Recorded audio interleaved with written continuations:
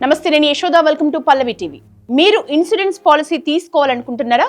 ఈ న్యూస్ మీకోసమే. అతి త్వరలోనే ఇన్సూరెన్స్ రంగంలో విప్లవాత్మక మార్పులు వచ్చే అవకాశాలు కనిపిస్తున్నాయి. ఇండియా ఇన్సూరెన్స్ రంగంలో 100% విదేశీ ప్రత్యక్ష పెట్టుబడుల్ని అనుమతి ఇచ్చే బిల్లుని ఆర్థిక మంత్రి నిర్మలా సీతారామన్ లోక్సభలో మంగళవారం నాడు ప్రవేశపెట్టారు. సబ్కా బీమా సబ్కా రక్ష పేరుతో ఈ సవరణ బిల్లును ఆమె ప్రవేశపెట్టారు. 2047 నాటికి అందరికీ ఇన్సూరెన్స్ కల్పించే లక్ష్యంతోనే ఈ రంగంలోకి 100% విదేశీ పెట్టుబడులకు అనుమతి ఇస్తున్నట్లు ప్రభుత్వం తెలిపింది. కొత్త బిల్లులో 1938 ఇన్సూరెన్స్ చట్టాన్ని, 1956 లైఫ్ ఇన్సూరెన్స్ కార్పొరేషన్ చట్టాన్ని, 1999 insurance regulatory and development authority చట్టాన్ని సవరించాలని నిర్మలా సీతారామన్ ప్రతిపాదించారు. 100% పెట్టుబడులకు అనుమతి ఇస్తున్నప్పటికీ దేశీయంగానే నియంత్రణ ఉండాలన్న ఉద్దేశంతో చైర్మన్, మేనేజింగ్ డైరెక్టర్, CEO ఈ పోస్టుల్లో ఒకటి తప్పనిసరిగా భారతీయ పౌరుడికి మాత్రమే ఇవ్వాల్సి ఉంటుందని కొత్త బిల్లులో ప్రతిపాదించారు. నాన్ ఇన్సూరెన్స్ కంపెనీని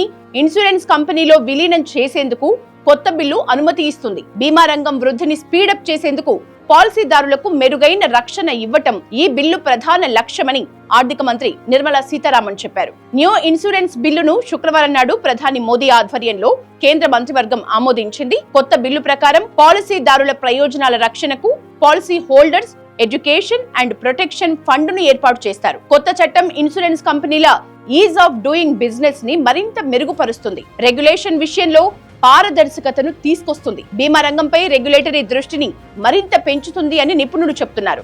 ఈ ఆర్థిక సంవత్సరం బడ్జెట్ ప్రవేశపెట్టిన సందర్భంగా ఆర్థిక మంత్రి నిర్మలా సీతారామన్ ఇన్సూరెన్స్ రంగంలో 74% ఉన్న విదేశీ ప్రత్యక్ష పెట్టుబడుల పరిధిని 100% పెంచుతామని ప్రకటించారు.